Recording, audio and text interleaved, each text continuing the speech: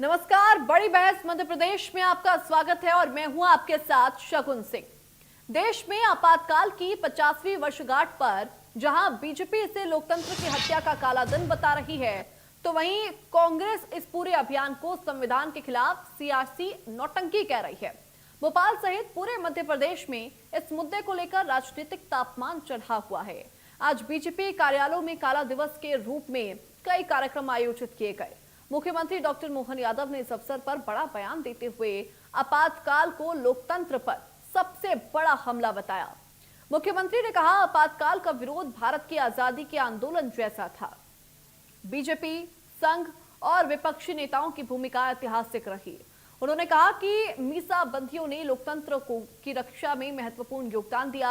आज जो भारत दुनिया का सबसे बड़ा लोकतंत्र बना, उसमें जयप्रकाश नारायण, अटल बिहारी वाजपेयी, लाल कृष्ण आडवाणी, चौधरी चरण सिंह, मुरारी देसाई जैसे नेताओं की कुर्बानी और संघर्ष शामिल है। इसके साथ ही मुख्यमंत्री ने कहा, हमारी पार्टी ने लोकतंत्र की बहाली के लिए सड़क से संसद तक संघर्ष किया और जेल गए नेताओं को हम लोकतंत्र सेनानी के रूप में सम्मान देते हैं। आपातकाल भारत के इतिहास का सबसे काला अध्याय था। वहीं दूसरी ओर कांग्रेस ने इसे पूरे आयोजन को बीजेपी के संविधान बदलने की मंशा का पहला कदम बताया। कांग्रेस के सम्यक अभियान के संयोजक भास्कर राव रोकड़े ने कहा कि भारत के संविधान में किसी भी तरह के संविधान हत्या दिवस का कोई उल्लेख नहीं है, न ही कोई संवैधानिक मान्यता है। फिर भी गृह मंत्रालय ने एक असाधारण बजट नोटिफिकेशन के जरिए इसे मनाने के निर्देश दिए हैं। रोकड़े ने आगे कहा कि ये मुद्दा हाईकोर्ट में याचिका भी दाखिल की गई है। प्रधानमंत्री नरेंद्र मोदी को पत्र लिखते हुए सवाल भी उठाया कि अगर 1975 में संविधान की हत्या हो गई थी, तो फिर पिछले 50 वर्षों से भारत किस संविधान के आधार पर चल रहा है। उन्होंने आरोप लगाया कि प्रधानमंत्री नरेंद्र मोदी और उनके सहयोगी संगठन संविधान को बदलने की दिशा में धीरे धीरे कदम आगे बढ़ा रहे हैं और संविधान दिवस को संविधान हत्या दिवस में बदलने का प्रयास किया जा रहा है।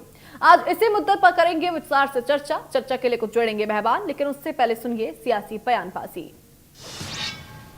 आपातकाल के 50 वर्ष लोकतंत्र का काला धब्बा, ये हम सारी जिंदगी कभी भूलेंगे नहीं। खासकर इस संदर्भ में भी उस आपातकाल के दरमियान लोकतंत्र सेनानी के नाते से और बाकी पूरे विपक्ष ने अलग अलग प्रकार से इसकी लड़ाई लड़ी। लोग निरपराध उस जेलों में बंद हुए 19 महीने के लिए, उन पे बेइंतहा अत्याचार किए गए। कई कष्ट से हमारे लोकतंत्र सेनानियों ने लोकतंत्र की रक्षा की और ऐसे में आपातकाल का 50 वर्ष आने वाले समय में ये सबक बने कि कोई दोबारा इस प्रकार की हिमाकत न करे। मैं अपने सभी लोकतंत्र सेनानियों को, प्रदेशवासियों को, देशवासियों को बधाई देना चाहूँगा, जिनके कारण से आज हमारा लोकतंत्र दुनिया का सबसे बड़े गणतंत्र के रूप में स्थापित हुआ है। मेरी अपनी ओर से कल ये जो काला दिवस पूरा देश मना रहा है, मैं स्वयं भी उस कार्यक्रम में शामिल होने वाला हूं और हम उम्मीद करेंगे जीवन में कभी अपने गणतंत्र पे ऐसा खराब दिन ना आए जब कभी कोई इस प्रकार का आपातकाल लगाने की कोई हिम्मत करे। मेरी अपनी ओर से वो सभी लोकतंत्र सेनानी जो आज वर्तमान में है, उनको मैं अपनी तरफ से बधाई देता हूँ, शुभकामना देता हूँ, जिनके कारण से लोकतंत्र जिंदा है। और जो दिवंगत हुए उनके प्रति मैं परमात्मा से कामना करता हूँ। निश्चित रूप से उनने अपने जीवन में इस लड़ाई को बहुत अच्छे से लड़ा है। इतिहास उसको सदैव याद रखेगा। एक बार फिर सभी लोकतंत्र सेनानियों और प्रदेश के प्रत्येक गणतंत्र के नागरिकों को बधाई। उस समय में ऐसी स्थिति पैदा हो गई थी। सन 1974 में पोखरण में परमाणु परीक्षण हुआ और उस पोखरण में परमाणु परीक्षण के बाद में जो विश्व शक्ति के रूप में स्थापित देश थे, वे भारत में अस्थिरता पैदा करना चाहते थे।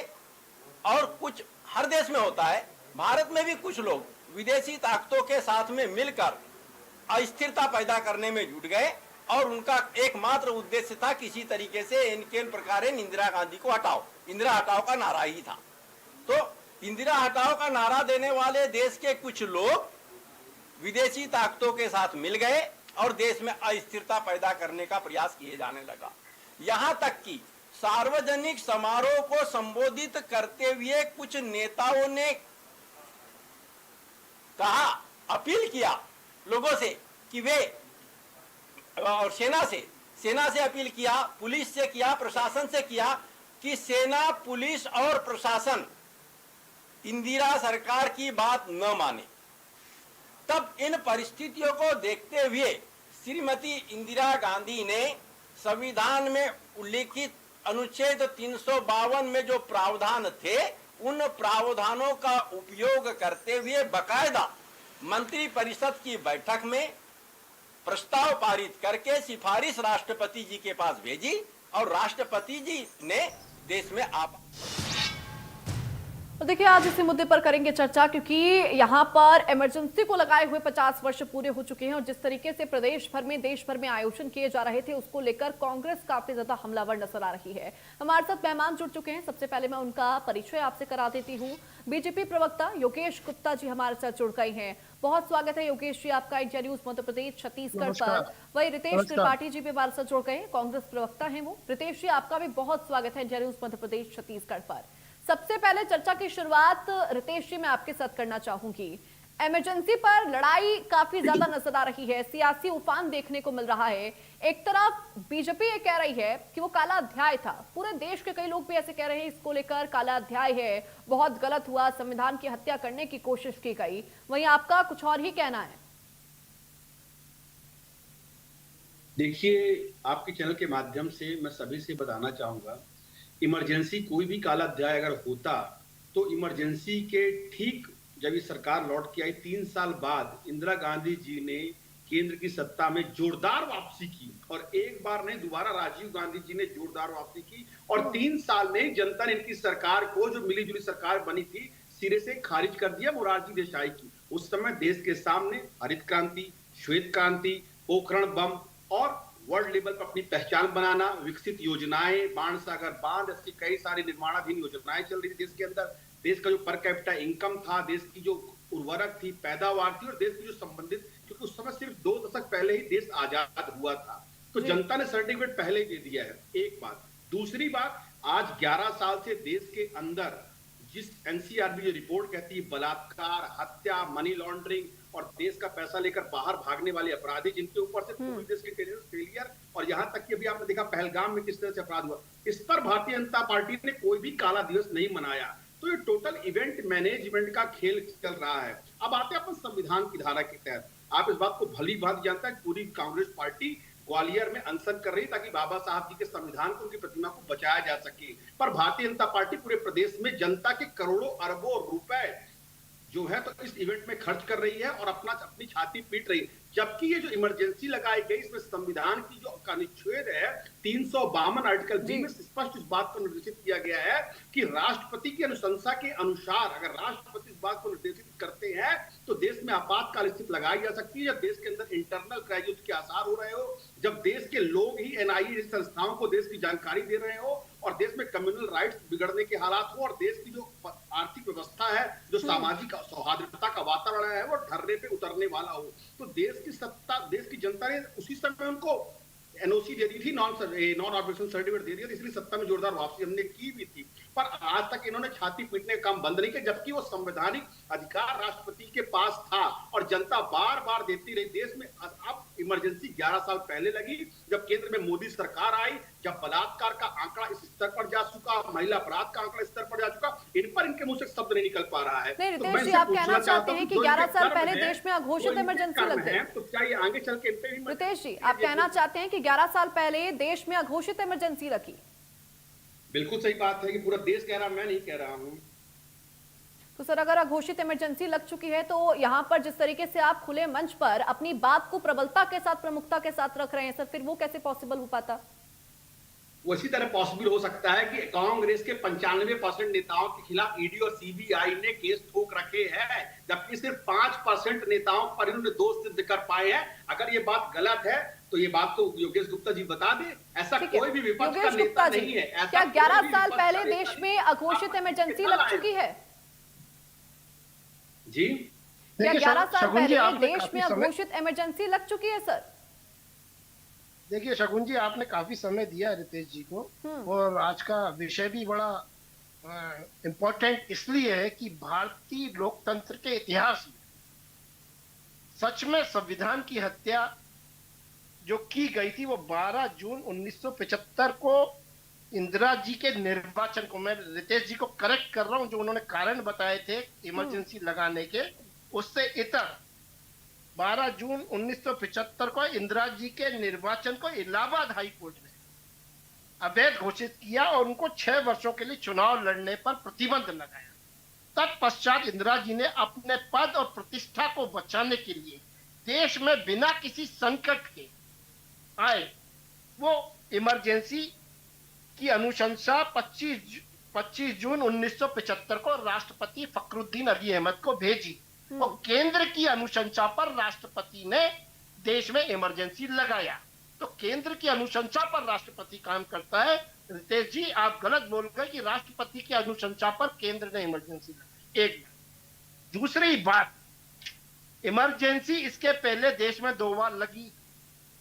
1962 में जब चाइना से युद्ध हुआ और 1971 में जब पाकिस्तान से युद्ध हुआ, तब दोनों समय कारण था देश में इमरजेंसी लगने का और जनता ने उस इमरजेंसी को स्वीकार किया था और सहयोग किया था। इस 1975 में जो इमरजेंसी इंदिरा जी ने लगाई, इसमें निरपराध लोगों को जेल में ठूसा गया, 40,000 से ज्यादा लोग जेल में बंद किए गए, कई विपक्ष के बड़े नेताओं को अंदर किया गया, मीसाबंदी में 25,000 से ज्यादा लोग गए, और संजय गांधी जी ने जनसंख्या नियंत्रण के नाम पर लगभग युवा होते 1 लाख से ज्यादा युवाओं की इन्होंने नसबंदी की। तो अत्याचार की पराकाष्ठा का वो काला अध्याय 26 जून 1975 का था, जिसका देशव्यापी विरोध हुआ। लोक नारायण जयप्रकाश नारायण जी के नेतृत्व में एक संयुक्त विपक्ष खड़ा हुआ और तत्पश्चात इंदिरा जी की 1977 के आम चुनाव में करारी हार हुई। तो ये सब वो कारण थे जो इंदिरा जी ने लगाए, और during the emergency Indira is India और इंडिया इज इंदिरा का जो नारा लगा रहे थे, ऐसे लोगों को उपकृत किया गया। पूरे देश भर में कलेक्टरों के माध्यम से अत्याचार देशवासियों पर किया गया, महंगाई चरम पर थी और इंदिरा जी के खिलाफ एक जन आंदोलन उठ खड़ा हुआ था। ये तो कारण थे।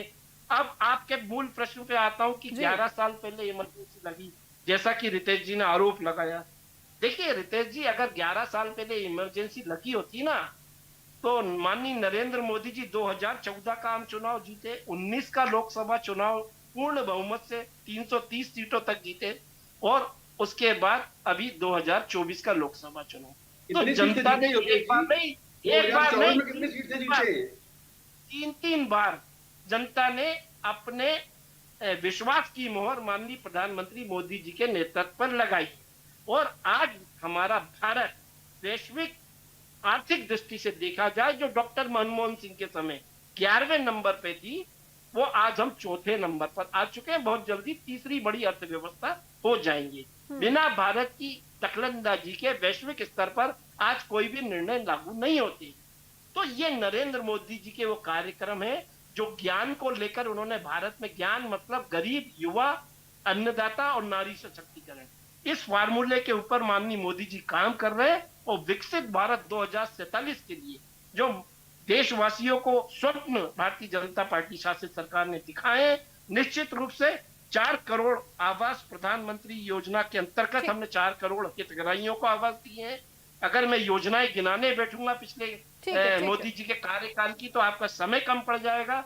इसलिए मेरा निवेदन यह है कि आपातकाल जो मूल विषय है, इस पर बात की जाए कि आज संविधान की दुहाई कांग्रेस पार्टी दे रही है। अनुच्छेद 356 का 90 बार से ज्यादा दुरुपयोग कांग्रेस पार्टी ने किया। लोकतांत्रिक तरीके से चुनी गई सरकारों को पूरे देश भर में गिराया। 70 से ज्यादा संविधान में संशोधन कांग्रेस पार्टी ने किए।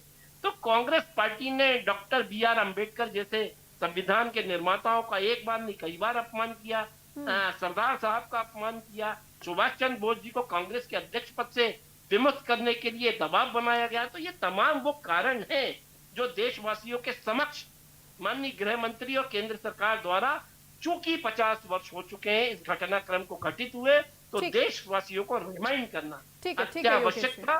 इसीलिए ये आज संविधान हत्या दिवस मनाया जाए।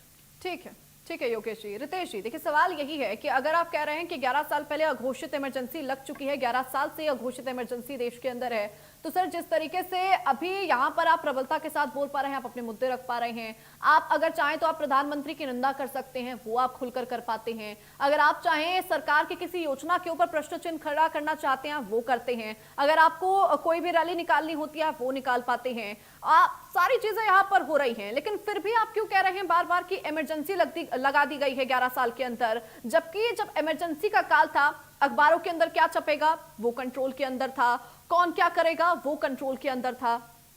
रितेश जी। जी, आपने बहुत अच्छी अच्छी बातें कही। मैं आपको बता देना चाहता हूँ, अगर इमरजेंसी नहीं तो थोड़े कुछ सवालों के जवाब मेरे ये भी निर्धारित कर ले। पहली बात तो उन्होंने कहा कि सरकारी आंकड़ों की उन्होंने बात, तो मैं आंकड़ों से इनकी बात को शुरू करता हूँ। इन्होंने कहा कि देश में आज विकास कितनी योजनाएं बताते हुए कम पड़ती है, तो पूछना चाहता हूँ क्या ये बात गलत है कि भारत की जो पासपोर्ट की स्थिति, जिससे किसी भी देश की स्थिति आंकी जाती है वर्ल्ड पटल पर, विश्व पटल पर, तो क्या भारत का 156 नंबर नहीं है 200 देशों के बीच में? क्या हंगर स्ट्राइक, जो हंगर कंट्रीज हैं, जो हंगर इंडेक्स है, क्या वो नहीं दिखाता कि हम बांग्लादेश और पाकिस्तान से भी नीचे हैं? क्या ये बात गलत है कि लूटिया आज तक के इतिहास में सबसे निचले स्तर पर है? क्या ये बात गलत है कि भारत पाकिस्तान में तीसरे को बर्दाश्त नहीं करेंगे और अमेरिका में सीज फायर करता है? क्या ये बात गलत है कि हम पाकिस्तान अधिकृत कश्मीर लेने की बात करते रहे और अपने ही विमान हम खो के और अमेरिका के कहने पर हमने सरेंडर कर दिया? क्या ये बात गलत है कि विपक्ष के 1500 से ज्यादा नेताओं के ऊपर इन्होंने ईडी और सीबीआई के केस डाले? क्या ये बात गलत है कि छगन भुजबल, अजीत दादा पवार जैसे सैकड़ों नेताओं को उन्होंने भाजपा में घर बुलाकर अरबों खरबों रुपए देश को लुटवा दिए? क्या ये बात गलत है कि देश के अंदर 4 आतंकवादी घुसकर पहलगाम जैसा अटैक करते हैं और सेना आज तक उनके स्केच तक जारी नहीं कर पाती, ईडी और सीबीआई सब फेल हो जाते हैं? क्या ये बात गलत है कि देश के अरबों खरबों रुपए ये गजट नोटिफिकेशन के माध्यम से अपनी राजनीति चमकाने में इमरजेंसी के नाम पर आज शहर की गली गली में खर्च कर रहे हैं? क्या ये बात गलत है कि देश के अंदर एनसीआरबी के आंकड़े आज तक के सबसे दुर्भाग्यपूर्ण आंकड़े हैं, चाहे बलात्कार का आंकड़ा हो, चाहे मनी लॉन्ड्रिंग का आंकड़ा हो, चाहे माओवादी का आंकड़ा हो और चाहे अपराधों का कोई भी आंकड़ा हो?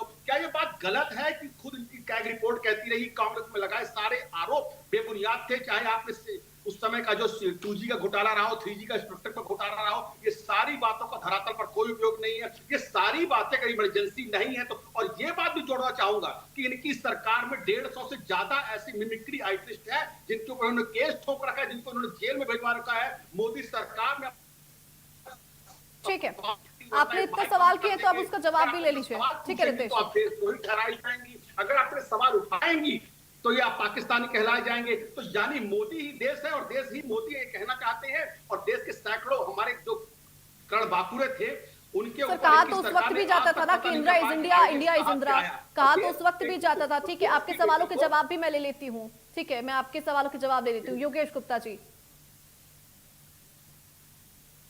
देखिए शगुन जी, कांग्रेस पार्टी के जो आरोप हैं उनका जवाब देश और प्रदेश की जनता बखूबी दे रही है। पहलगाम घटना का जिक्र किया तो क्या पाकिस्तान के अंदर ऑपरेशन सिंदूर के अंतर्गत हमने पाकिस्तान के अंदर चल रहे 11 आतंकवादी लॉन्च पैडों को नष्ट नहीं किया? क्या ये बात गलत है?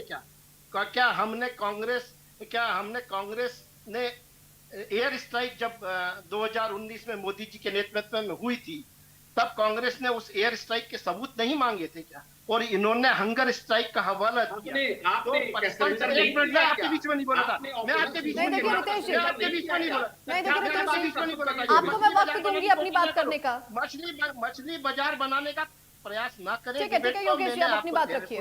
ठीक है, हाँ मैंने धैर्यपूर्वक आपको सुना, बौखलाओ मत, जवाब लो। अरे झूठ बोलने की हिम्मत है आपकी? बात कर लो, आप हंगर स्ट्राइक की बात कर, अरे आप देखिए इस तरह के आप डिबेट करेंगे तो समय जाया करने का आपका जो। ठीक है योगेश जी, आप अपनी बात रखिए। रितेश जी देखिए, मैं आपसे रिक्वेस्ट करूंगी कि जब मैं आपके पास आऊंगी आप अपनी बात रखिएगा।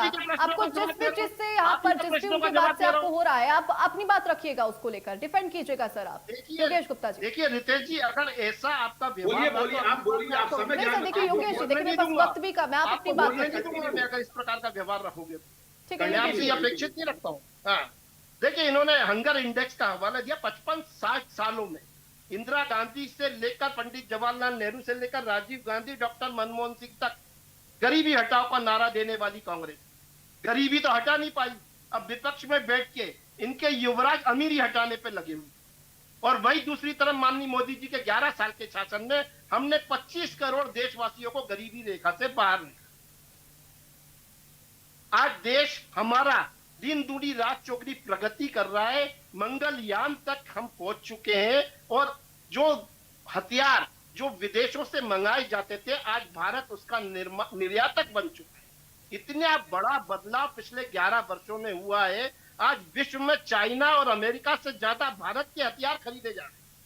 ये बात गलत नहीं है क्या? ये बात आपको समझ आ रही है कि कितना बड़ा परिवर्तन हुआ? जो परिवर्तन माननीय मोदी जी ने अपने नेतृत्व में किया, 11.5 करोड़ से ज्यादा ग्रामीणों के घरों में नल जल योजना से नल से जल पहुंचाया है, जो कांग्रेस 55-60 साल में नहीं पहुंचा पाई। 15 करोड़ से ज्यादा उज्ज्वला गैस योजना के अंतर्गत हमारी मां बहन बेटियों को काले धुएं से बचाया है। 9 करोड़ से ज्यादा आयुष्मान हितग्राही पूरे देश भर में 5 लाख से ज्यादा मुफ्त इलाज कराया, 5 लाख तक का मुफ्त इलाज उनको मिला है। ये सब चीज कांग्रेस क्यों नहीं कर पाई? मैं पूछना चाहूंगा। कांग्रेस पार्टी ने लूट खसोट की राजनीति 55-60 सालों तक करी। ठीक है। देखिए योगेश जी, मेरे पास वक्त थोड़ा कम है, मेरे को दोनों का फाइनल कमेंट लेना है। ठीक है योगेश 30 सेकंड में बात खत्म कर रहा हूँ, 30 सेकंड में जी। इन्होंने कहा 95% कांग्रेस नेताओं के ऊपर ईडीआईटी का केस चल रहा है। एक्चुअली 95% से ज्यादा कांग्रेस के नेता राजनेता भ्रष्ट हैं। पूरा गांधी परिवार आज बेल पर चल रहा है और वो दिन दूर नहीं है जब गांधी परिवार के कुछ सदस्य जेल के अंदर भी होंगे। हम लोकतांत्रिक प्रक्रिया के अंतर्गत अपनी न्यायिक प्रणाली का इंतजार कर रहे हैं कि न्याय होगा और निश्चित रूप से सत्यमेव जयते न्याय होगा। ठीक है योगेश, और उस दिन देशवासियों के सामने होगा कांग्रेसियों का भ्रष्टाचार। ठीक है योगेश जी। रितेश जी, फाइनल 30 सेकंड, फाइनल कमेंट आपका। न्याय प्रक्रिया की बात ये उस देश में कर रहे हैं जहां खुद सीजेआई ने कह दिया है कि सत्ता पक्ष के लोग जुडिशरी पर दबाव ना बनवाए। 2024 का सीजेआई का स्टेटमेंट है, थोड़ा पढ़ के योगेश गुप्ता जी आ जाइए। Number 1, number 2, 95%। अब आप सुनिए ना, अब आप नरेंद्र मोदी के योगेश जी, मेरे पास वक्त कम है। योगेश जी, आपने अपनी फाइनल कमेंट दी है, आपने अपना फाइनल टिप्पणी दी है, भ्रष्टाचार का एक भी आरोप नहीं। देखिए पार्टी भ्रष्टाचार से उठ रहे थे। सुनिए भ्रष्टाचारियों से युक्त कांग्रेस, आप देश आज कांग्रेस मुक्त हो रहा है। अरे यार देखिए योगेश, एक बार बात सुन लीजिए उनकी। योगेश जी, बात सुन लीजिए। ये 95% कांग्रेसियों पर केस लगाइए, पर जो भी, चाहे छगन भुजबल हो, चाहे आपका अजीत पवार हो, ये और चाहे जितने भी दलाली करके लोग आते हो, तो ये आपकी पार्टी में आके कौन सा सर्टिफिकेट आप दे देते हो? और तड़ी पार देश को सर्टिफिकेट देगा जिसके ऊपर हत्या जैसे प्रकरण चल रहे थे। ये आपकी पार्टी का चाल चरित्र और चेहरा है। और 5 लाख आयुष्मान कार्ड की बात करते हो। देश में 70% अस्पताल अभी इससे बाहर है। आपको ये इजाजत दे रहा है। 25 करोड़। देखिए, आप दोनों एक साथ बोलेंगे तो मुझे किसी की बात भी नहीं समझ में आ पाएगी। ये मोदी शासन का लोकतंत्र है कि आप देश के गृह मंत्री के खिलाफ इतने संवैधानिक रूप से शब्दों का प्रयोग कर रहे हैं। सुनो मेरी बात, तो ये लोकतंत्र है, हम संविधान को मानते हैं। देखिए योगेश जी, उनको अपना फाइनल कमेंट दे देने दीजिए। योगेश जी, उनको अपना फाइनल कमेंट दे कर रहे हैं। ठीक है रितेश जी, बोलिए आप। 25 करोड़ लोगों को गरीबी रेखा से ऊपर लाने की बात करते हैं। हे देवता योगेश गुप्ता जी, आप मुझे बताइए कि 80 करोड़ लोगों को 2 जून की रोटी देश में नहीं मिल पा रही है। इस बात की आपको जानकारी है? पलायन की दृष्टि से आज भारत सर्वोच्च शिखर पे है और देश में पर कैपिटल इनकम आजादी के बाद से आज सबसे निचले स्तर पर है। हर साल 2 करोड़ नए बेरोजगार खड़े हो जाते हैं। बलात्कार सबसे चरम पर चढ़ रहा है और देश में नौकरियों का कोई ठिकाना नहीं है। देश अपने आप में अंतर द्वंद की आग में जल रहा है। पूरे देश में रोजगार नहीं बचा, व्यापार नहीं बचा, इंटर ट्रेड नहीं बचा, ग्लोबल मेमोरी को स्थिति नहीं बची और इसके बावजूद भी अपनी पीठ थपथपा रहे। और पाकिस्तान जैसे देश से लड़ाई के बाद अमेरिका कहता है कि आई लव पाकिस्तान और ठीक है रितेश जी, आपकी विदेश नीति ठीक है योगेश जी और रितेश जी, आप दोनों का बहुत शुक्रिया। मेरे पास वक्त इतना ही था चर्चा को आगे बढ़ाने के लिए। आप दोनों का शुक्रिया अपना कीमती समय इंडिया न्यूज मध्य प्रदेश छत्तीसगढ़ को देने के लिए। तो देखिए, इमरजेंसी को लेकर सत्ता पक्ष और विपक्ष दोनों आपस में राजनीतिक प्रतिक्रियाएं दे रहे हैं। सत्ता पक्ष अलग कांग्रेस के ऊपर आरोप लगा रही है, तो वहीं कांग्रेस भी बीजेपी के ऊपर फिलहाल हमलावर नजर आ रही है। लेकिन आखिरी फैसला जनता का, क्योंकि जनता तमाम राजनीतिक बयानबाजी को सुन भी रही है और समझ भी रही है। फिलहाल बड़ी बहस में मेरे साथ बस इतना ही। नमस्कार।